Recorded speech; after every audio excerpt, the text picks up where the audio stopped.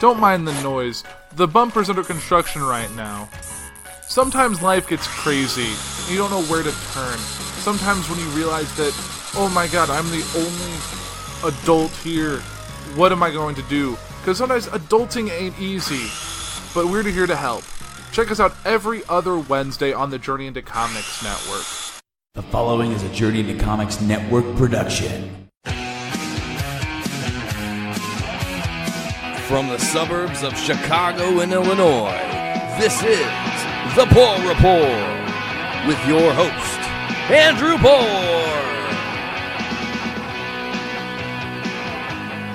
Welcome back, ladies and gentlemen, to another episode of the Puhr Report. This is episode 45, the same number of episodes that we've had Presidents of the United States so far, which is convenient because we're about to celebrate our Independence Day tomorrow. So thank you guys for checking in, and you might notice that also I'm back. I want to give a special shout out to the Podfather himself, Nate, for helping me out last week.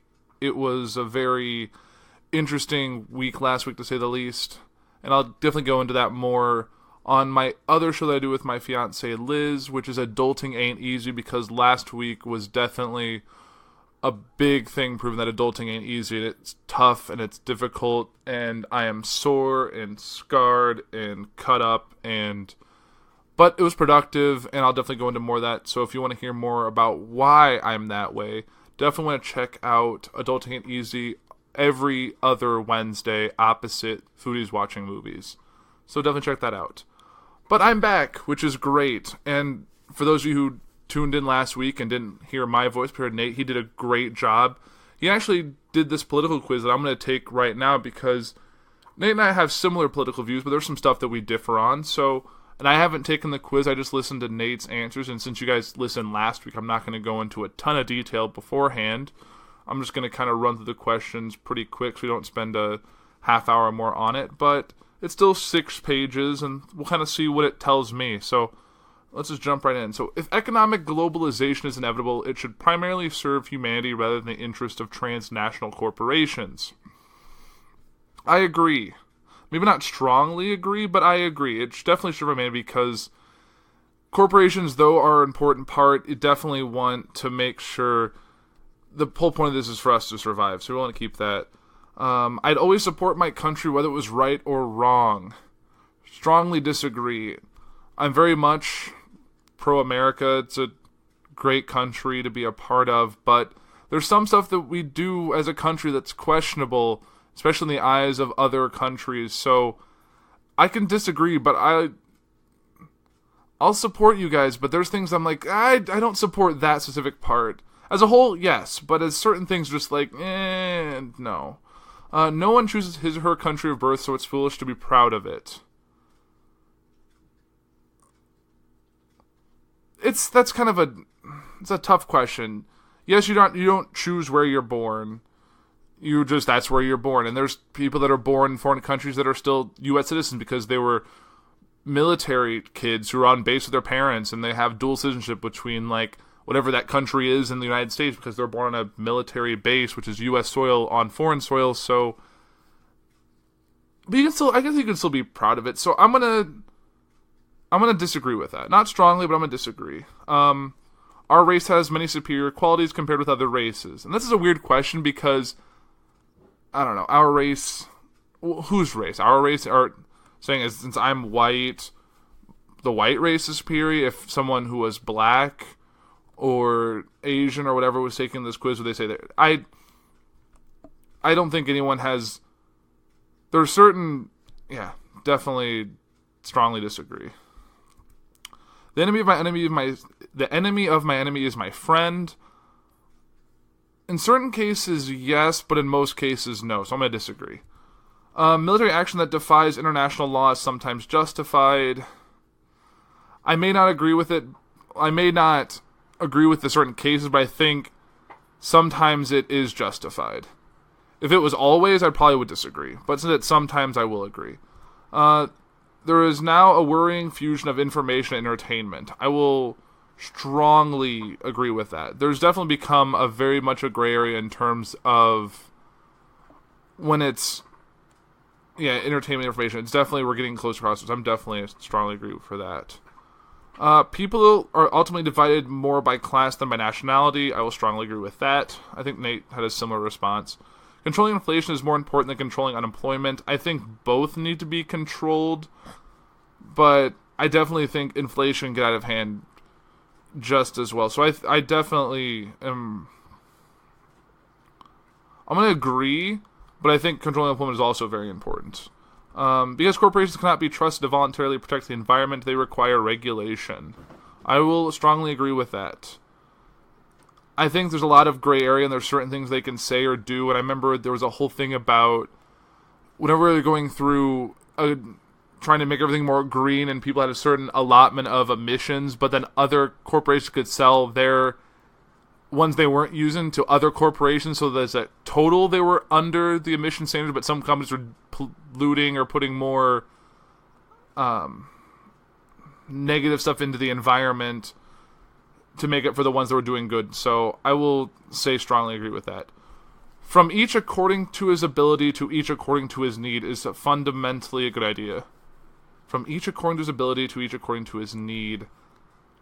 I'm going to disagree with that. I'm still not quite sure, but that just doesn't sound right to me. It's a sad reflection on our society that something as basic as drinking water is now a bottled, branded consumer product. I will agree with that. I grew up on tap water. I drink bottled water on occasion. I know at work I have one of those BPA bottles that I fill up with one of those water purifiers.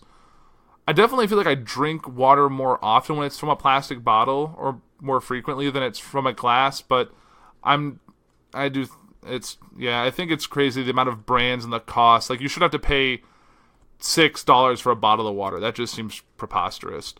Land shouldn't be a commodity to be bought and sold. I disagree with that. I think if you work hard, you should be able to buy a piece of land and call your own, something that you can plant roots in. I just did that.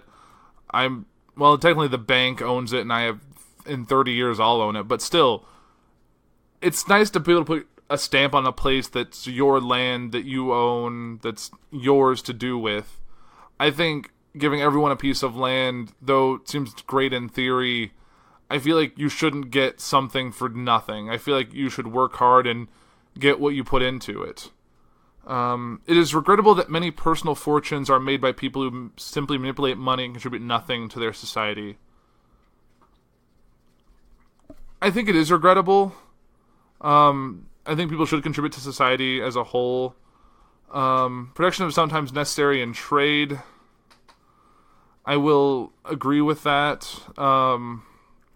We gotta look out. I think free trade, if everything was traded at a free and fair price, same amount of stuff going out. So again, I know we're in the middle of this whole trade war right now, and that's really affecting the stock market, but I think you got to make sure you're getting as much as you're giving, and it all works out that way. The only social responsibility of a company should be to deliver a profit to its shareholders. I strongly disagree with that. I think it's the duty of a company should be to deliver a quality of product or a service to meet a specific need. Profit is good, it helps the company expand and grow, but I don't think their duty is solely to shareholders. So I think I'm going to go disagree on that. I'm not strongly opposed to it, because for a company to grow and succeed, it needs to have profit, but it should be primarily focused on providing a quality product. They shouldn't be giving the bare minimum to give the maximized profit to their shareholders. The rich are too highly taxed. I will disagree with that. I think it should be balanced and broken down. Obviously, if you're making, like, you couldn't tax if you tax everyone a flat fee, yes, people who make less are getting taxed to a smaller amount, but I don't necessarily think that rich should be taxed more than everyone else, but I think everyone should at least be taxed the same. Because if you're taxed 10% for every income level, obviously if you make more money, you're going to be taxed. A lot more money is coming out as opposed to someone who's making next to no money or a smaller amount. So I'm going to disagree with that. Those with the ability to pay should have access to higher standards of medical care. I will agree with that. I think I think everyone should have access to the healthcare they need, but if you want something top of the line, I think if you're willing to pay for it, that should be afforded you. Not everyone shouldn't get the exact same level of care. If you want to pay more for it, that's your business, but I think there should definitely be a balance of, like, it's like someone's like, everyone gets, like, it's, look at this at, like, you're looking at, if everyone gets a car, everyone gets a 1997 Toyota Corolla. But if you want, you can pay X amount of dollars and get, I don't know, a 2004 Grand Am or something. You can, if you want to pay a little extra money to get something newer or different, that should be afforded to you. If you have the money, I think everyone should get something, but not everyone should get the Platinum, Elite, whatever. If someone wants to pay $40,000 for this cold laser experimental therapy to cure something or other, that, you're right. If you want to pay, go for it. Government should penalize businesses that mislead the public. I will agree. I think there should be penalties. I know, if anyone's ever seen the movie The Big Short, when the whole housing bubble crashed and everything like that, there was a lot of people doing shady business things that gave the illusion of selling, but once people couldn't pay these stuff back, then it all collapsed. So I think there should be penalties for that kind of work. A genuine free market requires restrictions on the ability of predator multinationals to create monopolies. I would agree with that. I think monopolies can be risky because obviously if someone has all of one thing that you need, they can sell it for whatever they price that. We've seen this with we've seen this with like EpiPens, for example. They can jack up the price because people just can't go without an EpiPen or a similar product. They have to pay whatever that is. We've seen that. And I think if you take that same principle to other products, I think have a monopoly.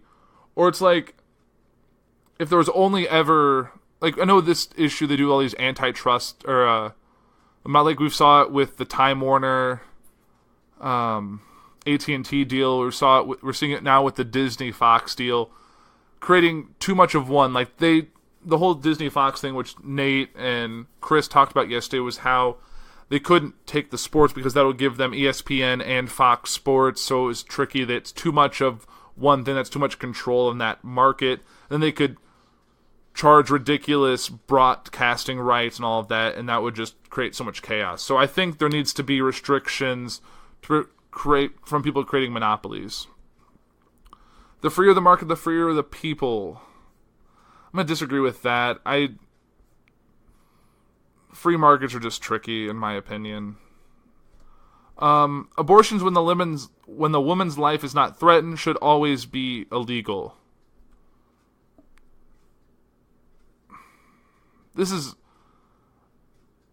I disagree. I don't think an abortion should be illegal. I think abortion shouldn't be, just personal opinion, I have no say in the matter. I'm a man. I have no control over what a woman does with her body, and I don't think any man should.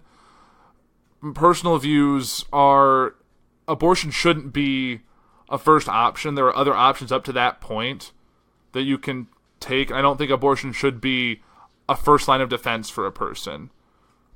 It doesn't necessarily mean you have to go full term if that's there's definitely a lot of cases where an abortion might be the only way out, but I definitely don't think it should be illegal. All authority should be questioned. Yes, I definitely agree with that. An eye for an eye and a tooth for a tooth. I'm going to disagree with that. Sometimes you just have to be the bigger person. Taxpayers should not be expected to prop up any theaters or museums that cannot survive on a commercial basis. I'm going to disagree with this. It's the same reason my view is that the whole STEM in schools, how people are focusing on, not really focused on teaching the arts. I think art is important, and I think it should be taught. And I think if you let museums and theaters and stuff crumble because they're not able to support themselves, I definitely think there should be tax money going to the arts just to keep that part of our lives. Because I think without art, life is kind of sad. Without what we see, and museums showcase our history to know us where we've been, what we've been through, and people who forget their history are doomed to repeat it. So I definitely think we need to keep museums around. Schools should not make classroom attendance compulsory. I think kids need to attend school. I know everyone learns in a different way, but I think school is not just about learning. It's definitely about social skills and learning how to exist in a community separate from your parents and those close to you, and kind of expanding your world. So I definitely think attendance should be, maybe I'm reading the question, but they definitely should be made to go to school. All people have their rights, but it's better for all of us that different sorts of people should keep to their own kind. I'm going to strongly disagree with that. I just strongly disagree with that. Good parents sometimes have to spank their children. Spanking's tricky because I think everyone in my generation, they used to be, like our parents' generation, got swatted at school with rulers or paddles and all that. I think when you stop, I think there's a fine line, because you can get borderline. Some parents and some other people can get abusive. But I think when you coddle your kids, you can create kids that don't respect authority. And I think sometimes if you instill that, either through spanking or through other means, you create more well-rounded citizens as they get older. I mean, you shouldn't be afraid of your parents, like that they're going to hit you if you do something wrong. But I think parents shouldn't be floor mats to be walked all over either. So I think sometimes even a good parent has to spank their child. It is natural for children to keep some secrets from their parents. I will agree with that. I mean, sometimes it's just something as simple as saying, "No, I didn't throw the ball in the house," or kids, I don't know how to process doing something wrong and having to admit to it. So I think sometimes they just keep those secrets, and I think it's a natural process. Possessing marijuana for personal use should not be a criminal offense. I agree, it should not be a criminal offense. It is still legal in most states. So I think it should be legalized, but I think while it's still illegal, and if you get caught with it, you should get penalized in some way, because it is an illegal substance, regardless of your viewpoint on it and the fact that it's legal in a lot of states. I still think you should obey all laws, so I definitely disagree that it is an illegal substance. I think it should be legalized, but I think you should just respect the law even if you disagree with it.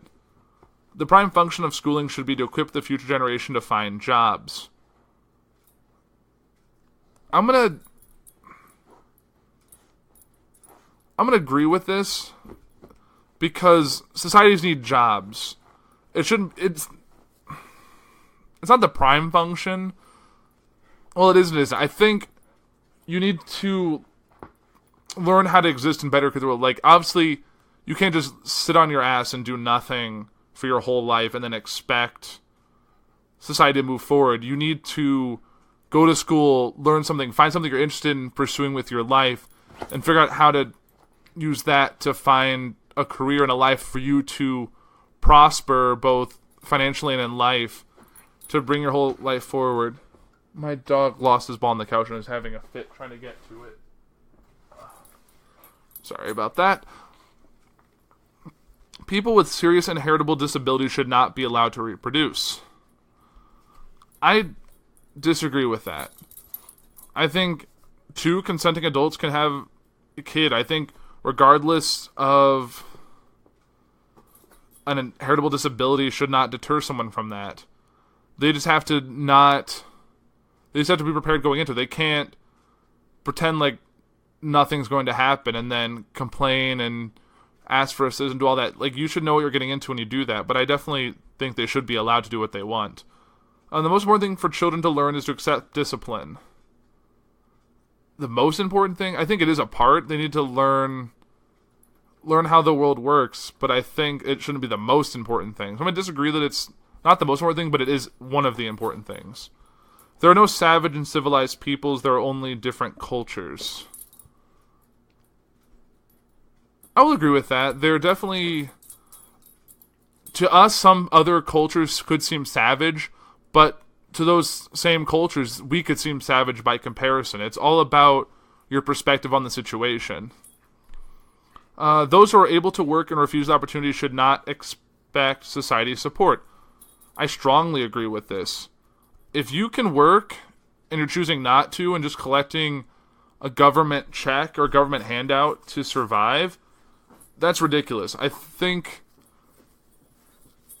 going on unemployment for years and years when there's always... I always see now hiring... You'll see people panhandling on the side of the road who look pretty able-bodied, in my opinion. And then you see a now hiring sign directly behind them. I think it's ridiculous. Yes, it might not give you the amount. And I think it's ridiculous that sometimes an unemployment check will give you more money than you would make in a minimum wage job, so you don't want to take that minimum wage job because you're going to be making less. So I think unemployment should pay you either what you're making in your previous job for whatever the time period. I think you should have unemployment, but I think it should definitely be a time-sensitive matter. I know you have to have records of you searching for jobs, but I think after a year or maybe 6 months or something, there should be an intermediary that's like almost like a parole officer that's helping you check in to make sure you're actively pursuing, following up with people you're interviewing with to make sure you're not blowing interviews on purpose to keep collecting that unemployment check. So yeah, I definitely think if you're able and refuse opportunities, you're digging your own hole there. When you're troubled, it's better not to think about it, but to keep busy with more cheerful things. I agree with that. Sometimes you have to get out of your own head to kind of keep moving forward. First-generation immigrants can never be fully integrated within their new country. I'm going to disagree with that because America was founded... Well, not founded. America as we know it now was founded by immigrants. Everyone here... Well, everyone in this country now was at one point in their background a first-generation immigrant to the United States. So, unless you were Native American, you were an immigrant here at one point in time. So I think it's very possibly become fully integrated. It might take time. And we saw the whole issue, remember, in like the early 1900s with the Irish need not apply and issues with immigrants from other countries being segregated but I think it just takes time. What's good for the most successful corporations is always ultimately good for all of us. I'm going to disagree with that. I think it's not a always, or I think always is never a good option to begin with. No broadcasting institution, however independent its content, should receive public funding. I think there's a line. I know we saw that, like the public broadcasting station or PBS, and some of those are funded through the U.S. government, through like the National Endowment for the Arts and other things like that. I think there should be some public funding, so I will agree with that. 4 of 6. Our civil liberties are being excessively curbed in the name of counterterrorism.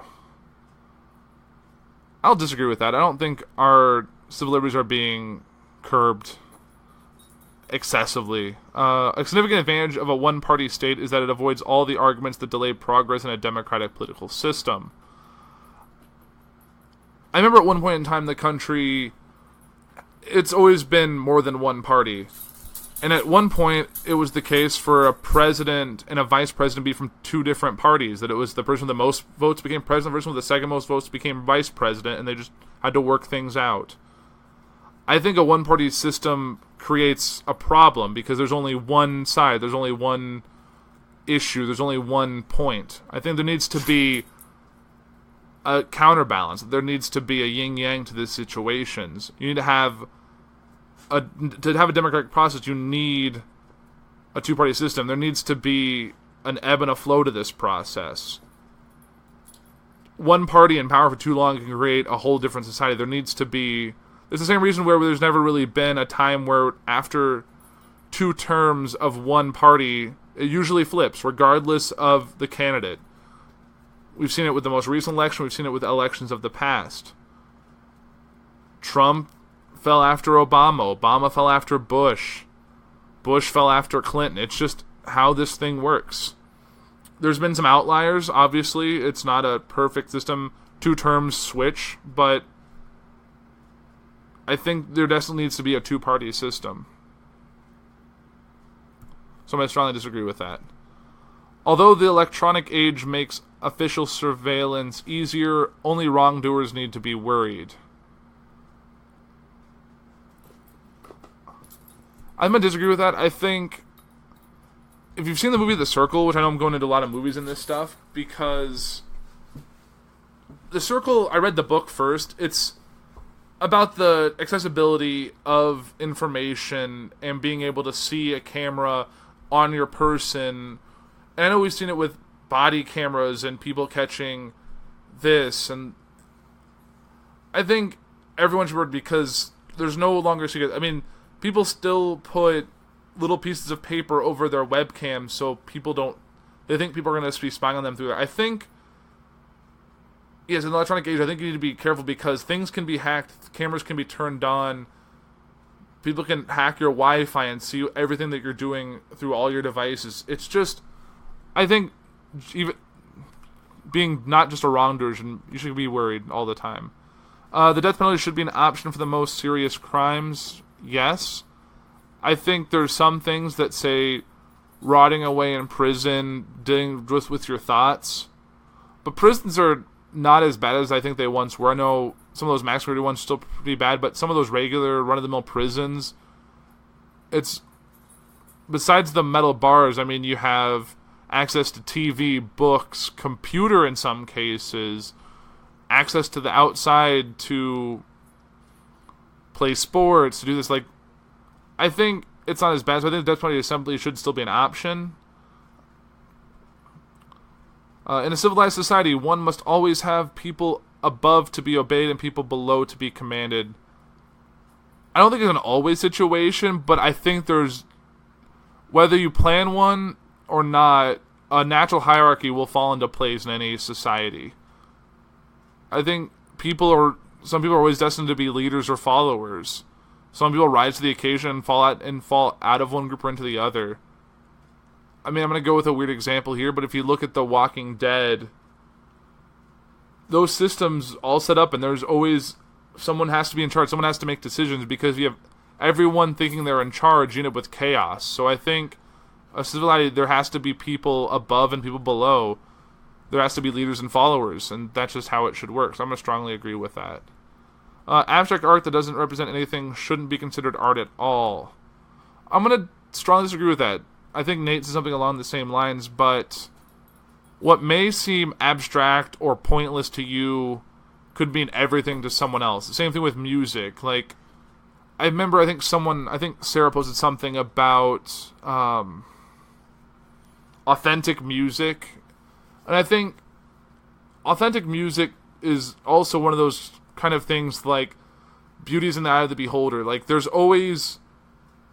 I mean, there could be rare cases where some of the most current pop song could mean the world to one person because it reflects a memory, or that song was playing in an instance of their life that they always look back to, and that song's always going to have significance to them, and it's always going to be something they associate with that. And I think abstract, though, someone might look at it and just see shapes or colors or dots or whatever. Someone else could see a vision or a feeling of something that means much more than this piece represented. Even the artist couldn't have seen what this person on the end sees. In criminal justice, punishment should be more important than rehabilitation. I think I disagree with that. I think that rehabilitation should always be an option. I think there's definitely some cases, and we've seen them, where rehabilitation really isn't an option, that some people are beyond redemption or rehabilitation. And which kind of ties into this next question. It is a waste of time to try and rehabilitate some criminals. I strongly agree with that. I think there's some cases, very few cases, where I think some people are beyond rehabilitation. The business person and the manufacturer are more important than the writers and the artists. I'm going to disagree with that. Like I said before, the arts are very important.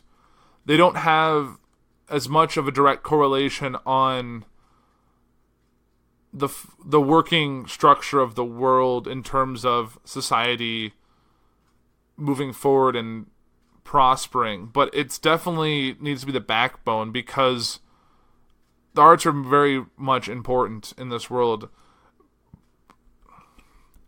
Mothers may have careers, but their first duty is to be a homemaker. I strongly disagree with that. I think there's no less words. I know people where the father is the homemaker and the mother has the career.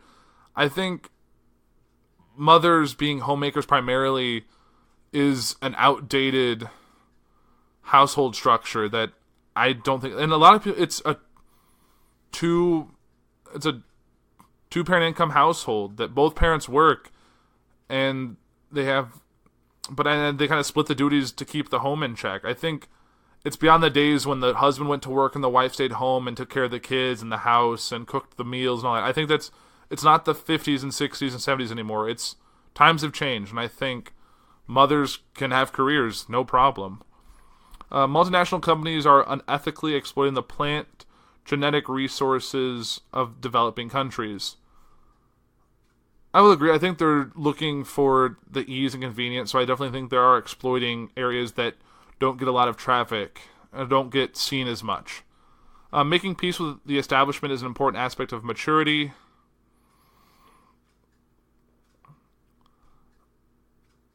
I know that people might disagree with this, but I agree. I think sometimes you have to find balance. I'm a very non-confrontational person, so sometimes you just have to kind of bite the bullet, so to speak, and to kind of keep things going forward. And some people you can't always be fighting against something. Astrology accurately explains many things. Strongly disagree. Astrology, to me, is nothing. The only time I would look at astrology or any of those kind of things, I might as well be looking at a fortune cookie. You cannot be moral without being religious. I strongly disagree with this. You can definitely be moral without being religious. I'm a semi-religious person. I go to church occasionally. I'm not a every Sunday type person. I was at one point in time. But I think whatever gives you a sense of being a moral, upstanding citizen, whether it's religion, whether it's discipline, whether it's respect for your elders, whatever fixes your moral barometer is fine. But I don't think it necessarily has to be tied to religion. I think religion is great for setting that foundation when you're young. And sometimes people find it in that it provides comfort. So yeah, I definitely strongly disagree with that. Charity is better than Social Security as a means of helping the generally disadvantaged. I don't know if they mean Social Security is in, like, Social Security, like, stuff you pay into and get out when you retire. Charity is tricky. I think charity is important. Charities help provide that, but I think providing on strictly charity can also be kind of a double-edged sword. So I'm going to disagree with this. Some people are naturally unlucky. I definitely agree. I think that's a case. Some people just have bad luck. I mean, everyone goes through bits in their time, and some people have it more often than others. I don't think... Yeah, sometimes it's just uncontrollable. It's important that my child's school instills religious values. I strongly disagree with this. Religion shouldn't be in school, in my opinion. I think for religious education, or if you want to broaden your religious values, there's other times outside of school and that I think schools shouldn't be pushing religious doctrine on kids it should. There's always other places where that's available to you. I don't think you should. It's an important thing that they should be focusing on. Oh, last page. Sex outside marriage is usually immoral. In the eyes of religion, yes. Outside of religion, I don't think it's immoral. I know there's people who save themselves from marriage until they find that person. So it's kind of a personal view. I think it shouldn't really even be on this quiz, in my opinion. So I'm going to disagree with that. A same-sex couple in a stable love relationship should not be excluded from the possibility of child adoption. I strongly agree with that. I think a same-sex couple, an individual person, if they're in a stable position and they want to have a child, you don't need a spouse. You don't need a spouse of the opposite sex. So yeah, I agree. Everyone should have the opportunity. Pornography depicting consenting adults should be legal for the adult population. I agree. I know pornography is a tricky thing, especially when you look at the religious aspect of it, but I think it can be legal. That's fine. What goes on in a private bedroom between consenting adults is no business of the state. Strongly agree. I think what you do in your own house, in your private time, it's fine. No one can feel naturally homosexual. I strongly disagree with that. I think there are homosexuals. I don't think it's unnatural. I think it's just how some people are. These days, openness about sex has gone too far. I disagree. I think people can be as open or closed about sex and orientation, all that, as much as they want. So let's see where I stand. I think Nate already explained this, so I'm just going to go down to where I fall. Does it tell me mine? Am I at the bottom? Okay, so my political compass is... My economic left to right is negative 2.88, and my social libertarian authoritarianism is negative 3.59. So I think I'm pretty close to where Nate was. I know on other quizzes I've taken, I'm usually a left-leaning centrist. So I think I'm a little more... I think this quiz may be a little more libertarian than I probably am. I think based on some of the questions. And I feel like sometimes the disagree, strongly disagree, agree, strongly agree may have too much sway here. I definitely agree with the little bit...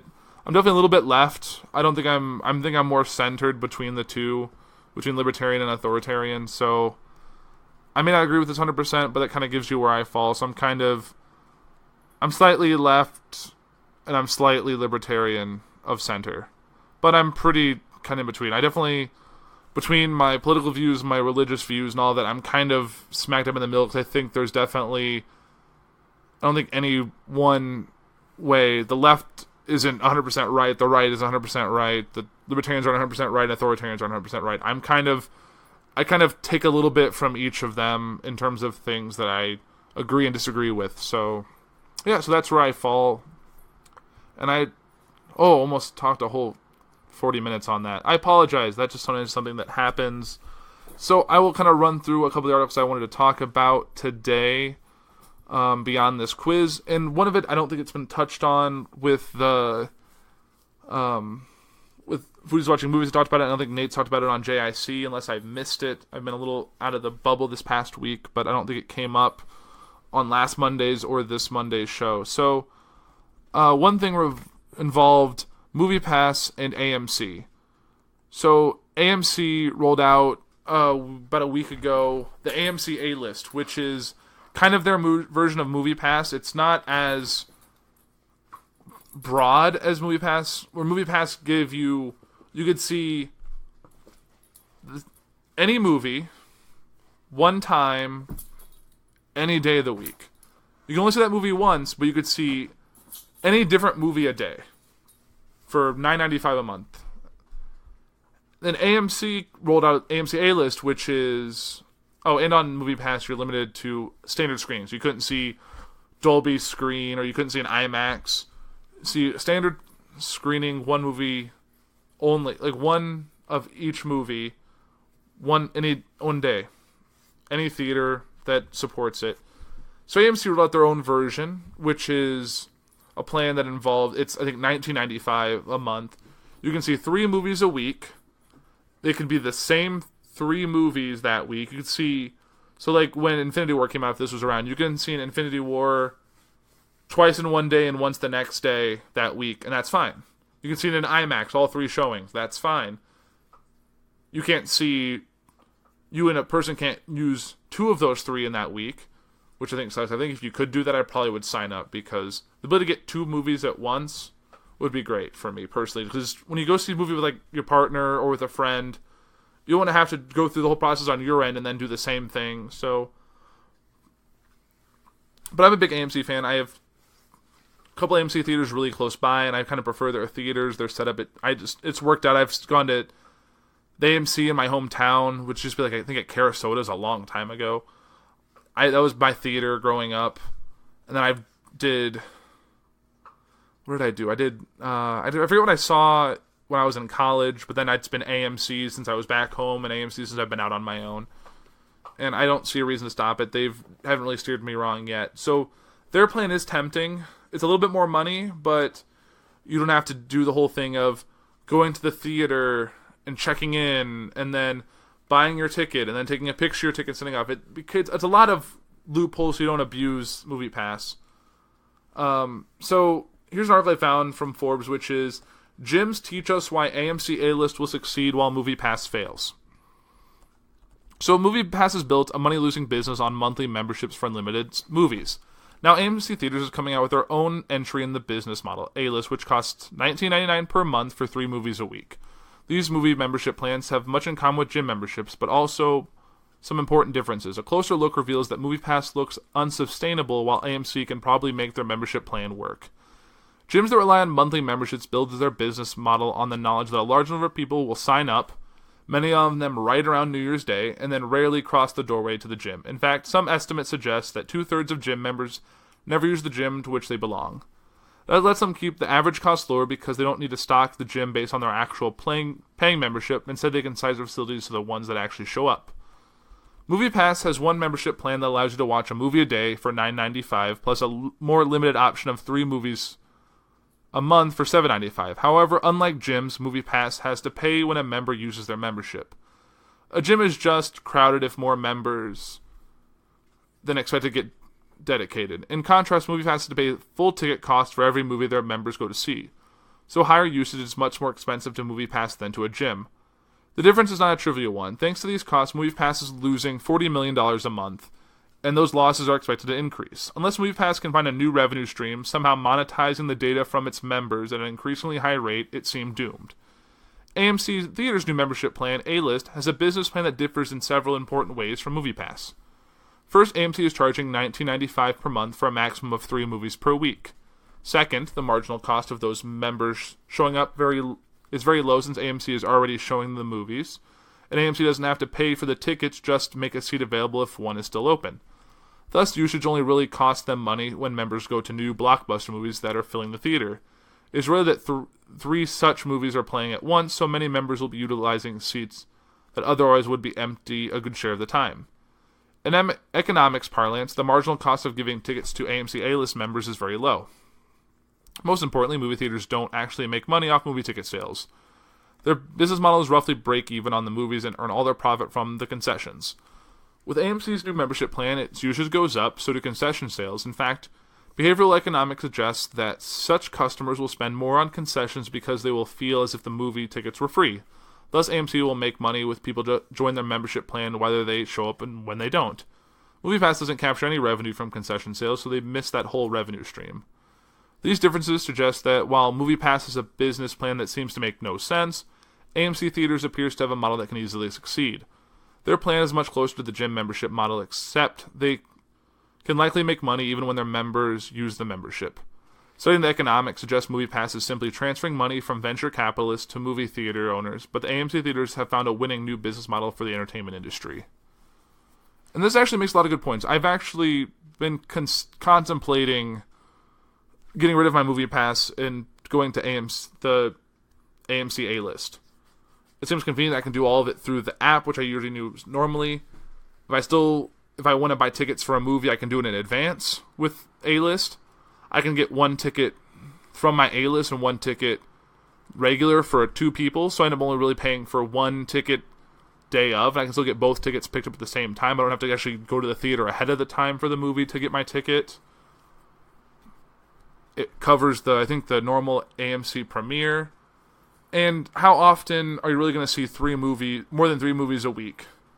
And the ability to not be restricted on the screen if it's only playing in surround or the big D theater or the IMAX screen, it doesn't stop you. So I think that's pretty cool.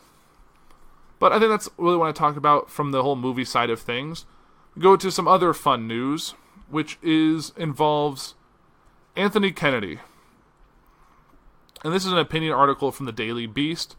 It says, Anthony Kennedy, you're a total disgrace to America. No one expected Kennedy to allow Donald Trump to pick his successor, but he has, and it should forever taint his legacy as a jurist. It's been a few days now, but the shock of Anthony Kennedy's retirement announcement has abated a bit. This is partially because of the ghastly coming ramifications, more on which later, but it's also because I honestly didn't think Kennedy would allow Donald Trump to name his successor. I thought he had more respect for the United States of America than to allow this corrupt gangster, who's almost certainly never read a Supreme Court opinion in his life, to name his successor. Yes, Kennedy is a conservative, so to that extent it makes sense that he'd want a Republican president to make the call. Maybe it's just that simple, but whatever his motivation, Kennedy has altered and destroyed his legacy. Let me put it this way. If I owned a restaurant and he walked in, I'd serve him dinner. But if the other diners mocked and shamed him, I wouldn't exactly cry. Until last week, Kennedy's legacy was going to be that of a basically conservative, but sometimes interesting jurist. He was awful on money and politics. Awful. If you've never read Jeffrey Toobin's important New Yorker pieces from 2012, a TikTok on the inside baseball of how the court decided Citizens United, do so. Toobin shows that it was Kennedy who pushed behind the scenes to move the opinion as far to the right as a majority would accept. When his new court had struck down any and all limits on campaign donations, as it almost surely will, when this country becomes an open oligarchy, we'll have Kennedy to thank. And yet, he helped advance human and civil rights in this country by voting to legalize same-sex marriage. Obergefell versus Hodges was a landmark case that was going to live in history alongside Brown versus Board of Education, a triumphant moment when we as a nation rose above past prejudices that will look ridiculous and embarrassing 100 years from now. Notice I wrote was going to, because now assuming Trump and the Republicans get their justice, it's only a matter of time before Obergefell is overturned. Look at this map. Most of the countries of the Western Hemisphere have federal laws legalizing same-sex marriage. Canada, Mexico, Argentina, Brazil, Colombia. Someday the United States will no longer be among them. Kennedy was also a swing vote, of course, on abortion rights, siding with the liberals in keeping Roe v. Wade law of the land. On Sunday, Maine GOP Senator Susan Collins said seemingly pretty definitely that she'd oppose a nominee who'd overturn Roe. But all that probably means is that the nominee will lie about it at his or her hearing. Every conservative since Antonin Scalia has sat up there and dispensed obviously insincere tripe about respect for precedent, a history Paul Waldman recounted recently in the Washington Post. So Collins, reassured by the nominee that he will keep an open mind and respect precedents, will cave as she always does. So this is what Kennedy has done. He has knowingly destroyed that part of his legacy, which was in fact his entire legacy, because they were the only interesting and brave things he ever did. And now these precedents will be overturned. Now Kennedy's legacy is the destruction of Kennedy's legacy. But that's not even the worst part. The worst part is that by retiring in the middle of the Robert Mueller investigation, Kennedy's letting Trump pick one of his own jurors. He obviously had to know he was doing this, and what are we to do if the Supreme Court holds something in the near future by 5-4 with Kennedy's successor in the majority, but that the president is indeed above the law? It could be that Kennedy would have been part of such a majority anyway, but if Trump's 2 justices are part of that 5, it will taint the court forever, and it will tarnish what remains of our democracy. As the highest court in the land will have ruled that the crookedest president in modern history cannot be called to any kind of legal account. Kennedy had to have contemplated all this as he pondered his resignation, because he made a decision that renders him not an independent jurist who takes seriously the constitutional responsibility of the judicial branch to check the executive, but just another partisan hack.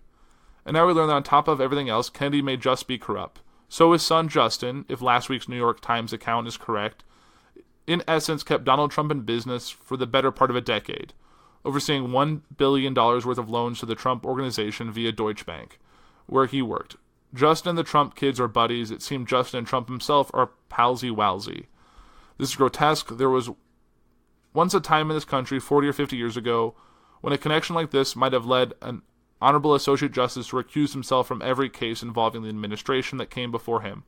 Or if not that, at the very least, a justice would have cared enough about appearances that he would have tried to stay on until 2021 to see if the country elected a new president, someone who wasn't arguably saved from bankruptcy and humiliation by his own flesh and blood. But not only did Kennedy not do that, he chose not to risk the possibility of the Democrats winning the Senate this fall and pulling a Mitch and doing to his successor what McConnell did to Merrick Garland. A jurist who cared more about his legacy would have waited, indeed would have hoped that a Democrat took the Senate, perhaps forcing President Trump to put forward a nominee who was more moderate and who would follow Kennedy's own example on abortion rights and gay rights. But no. In other words, Anthony Kennedy went out of his way to make sure that the president who was elected with fewer votes than his opponent and whom time might reveal to have won the White House by cooperating with a foreign adversary and whose business career was salvaged by none other than Kennedy's own son, gets to name his replacement, a replacement who is all but certain to undo the only good Kennedy himself ever did. What kind of person do you have to be just to defy all of that to yourself, to abet the dissolution of your own legacy?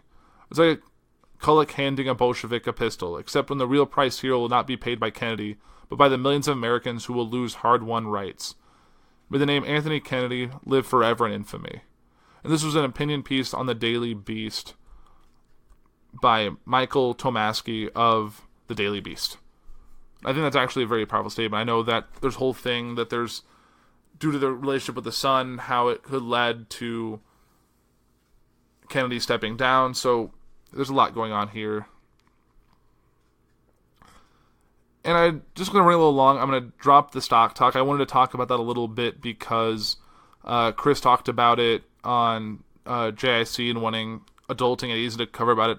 I know nothing about stocks. My 401k is in stocks, but I don't know nothing about it otherwise. So I'm really not going to focus on this episode. I will talk about some crazy news that I saw. I've been a little detached from the news this week, but I saw this like the second I turned on my TV yesterday, and it is 9 wounded as man stabbed children at a 3-year-old's birthday party. So a man armed with a knife attacked children attending a 3-year-old's birthday party in an apartment complex in Idaho on Saturday night, going on a stabbing rampage that wounded 9 people, including 6 children. The man, identified as Timmy Earl Kinner, 30, returned to the complex, the Wiley Street Station Apartments, a day after he was asked to leave the property because of his behavior. William L. Bones, a police chief in Boise, Idaho, said at a news conference on Sunday. Mr. Kinner began attacking the children with a knife around 8:45 p.m., said Chief Bones was visibly emotional as he described a scene of victims scattered across the apartment complex and the street and on the walkway. Among the victims, he said, were the 3-year-old who was celebrating her birthday, 2 4-year-olds, a 6-year-old, an 8-year-old, and a 12-year-old. The 3 other victims were adults who tried to intervene. 4 victims received life-threatening injuries. This was an attack against those who are most vulnerable, our children, Chief Bones said. It's untenable, unconscionable. It's pure evil in my mind. The birthday party, which was complete with cake and decorations, was held outdoors in an area that was accessible to the public. On Sunday, remnants of blue and red balloons could be seen in a grassy area of the complex. The apartments are home to a diverse community, including refugees and families with children. The stabbing victims were from Ethiopia, Iraq, and Syria, the police said. Chief Bones said there was no evidence that the attack was a hate crime. The refugee community at the complex reacted with fear and horror, said Julianne Donnelly Zool, executive director of the International Rescue Committee in Boise, a humanitarian organization that was working with families who had been affected by the stabbing. It was very violent and very frightening, and there was a whole lot of trauma and hurt right now, she said. Mr. Kinner of Los Angeles was charged with multiple felony counts of battery and injury to a child. Mr. Kinner has not cooperated with the authorities. He has an extensive criminal history spanning multiple states, including a prison sentence in Kentucky. Court records show that Timmy Kerner was born in 1988, has faced multiple charges in Tennessee in recent years, and since 2012 has been convicted of assault, aggravated assault, a weapon offense, and unlawful possession of a controlled substance. He had been in Idaho a short time, the police said. A resident of the apartment complex allowed Mr. Kinner to stay at her apartment after he said he needed a place to go. But he said that Mr. Kinner was asked to leave on Friday after residents became concerned about his behavior. It was not immediately clear what happened before he was asked to leave. Miss Skinner left peacefully but returned to the complex on Saturday night for vengeance. Not just one of those that had been with as they were not at the apartment, but any target which was available. The birthday party was just a few doors down from where Mr. Kinner had stayed. The police said Mr. Kinner initially targeted the children before adults tried to intervene. Saad Mahamood, 21, said he was coming home from a shopping mall when he pulled into the apartment complex and saw a woman screaming, carrying a small child who appeared to have been stabbed. He said he put the girl in his car and raced her to the hospital. I was going about 70 miles an hour and running through lights, Mr. Mahamood said. He said his 11-year-old brother had witnessed the stabbing from an apartment window. He saw it all. Just this guy grabbing the little kid and stabbing him with a knife, then putting him down on the ground, then hitting another kid with a knife. We haven't had anything involving this amount of victims in a single act in Boise in the history of the department. The International Rescue Committee in Boise said in a statement that it was working with local organizations to provide counseling and support to refugees and community members shaken by the attack. The organization helped fund travel for an interpreter and one child's parent to Salt Lake City, where the child was flown for medical care. Ms. Zool said the organization was also helping some families find a new place to live. A number of families don't want to live in that complex ever again. I completely understand that. By Sunday evening, children were running around through the complex and playing. Messages of support have been written in chalk outside. One read, "You are valued," another, "Stand united, we stand." And just to wrap up this week, I think it should end on a happy note, and that is the missing Thigh Boys, the soccer coach, all have been found alive in a cave complex. If you remember, about a little over a week ago, a soccer team and their coach went missing in a cave. They have been found. They're still not out of the cave, but things are looking good. So doctors and food are on their way, but more water needs to be pumped out of the caves before those trapped can be rescued. This is in Bangkok. 12 boys and their soccer coach were found alive more than a week after they went missing in a flooded cave complex in Thailand. The boys and their soccer coach were located 9 days after first entering the Tham Luang Nang Non cave complex. The governor said rescue teams will send doctors and food to help, but water needs to be pumped out of the caves before those trapped can be rescued. We found them, but the operation isn't over. Video showed the moment rescuers discovered the boys who were huddled together with their coach in the dark. How many of you are there? 13. Yes, 13. Brilliant. Next, officials plan to send divers to stay with the team and medical doctors to monitor their conditions. The next phase involves sending food that can last months while teaching all 13 survivors how to dive. Rescuers also plan to continue pumping water out of the cave. Steve Castagane, a spokesman for the U.S. Embassy in Bangkok, said in a statement that the embassy would continue assisting rescue efforts to bring home the boys and their coach safely. We are following events closely and are thrilled with the latest development in this Thai-led multilateral effort.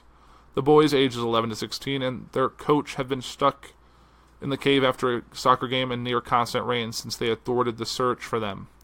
The Navy SEAL divers and the rescue workers from other countries made initial progress through the narrow passageway early Monday after passing through a key chamber on Sunday whose high murky waters had previously blocked their progress. Narongsak earlier said a passageway that divers made their way through goes upward in some places and downward in others and is extremely narrow, making it difficult for divers with all their gear to fit through. The rescue mission has been hampered late last week after at least 3 rescues near the efforts of the cave complex appeared to suffer electric shocks.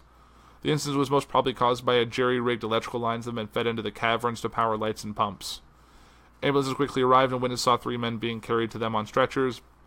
Police said their injuries were minor and the men were in stable condition. So hopefully this leads to good news and we get all those kids out of the cave okay, as well as their coach. And I think that's enough talking. I think I've been going over an hour on this week's episode, or just about an hour. So I want to thank you all for listening to the Puhr Report this week. This is 45, just 5 episodes away from the big 5-0, which is exciting. And this is also kind of a mess up because this is the last episode I'm recording in my apartment. As of this coming weekend, I will be moving officially out of my apartment and into my house, which I spent a lot of time last week fixing up, so it'll be nice and ready. So next week's Puhr Report will be recorded from my new studio office space, so get excited for that. Maybe the acoustic will sound a little different. You maybe won't hear my dog as much, or my AC, or all that stuff that you get when you're in a 1-bedroom apartment, but as always, thank you for listening. You can check me out on all the social medias at The Puhr Report on Facebook and Twitter and Instagram. You can follow all the other shows in our network at journeyintocomics.com. For a little bit extra money, you can get exclusive content and early access by going to patreon.com/journeyintocomics. I know there's exclusive shows coming to that. early access to episodes when they're not recorded very last minute, like mine this week, which I apologize for. And yeah, you can really check us all out there. Definitely stay tuned to the other shows I'm a part of.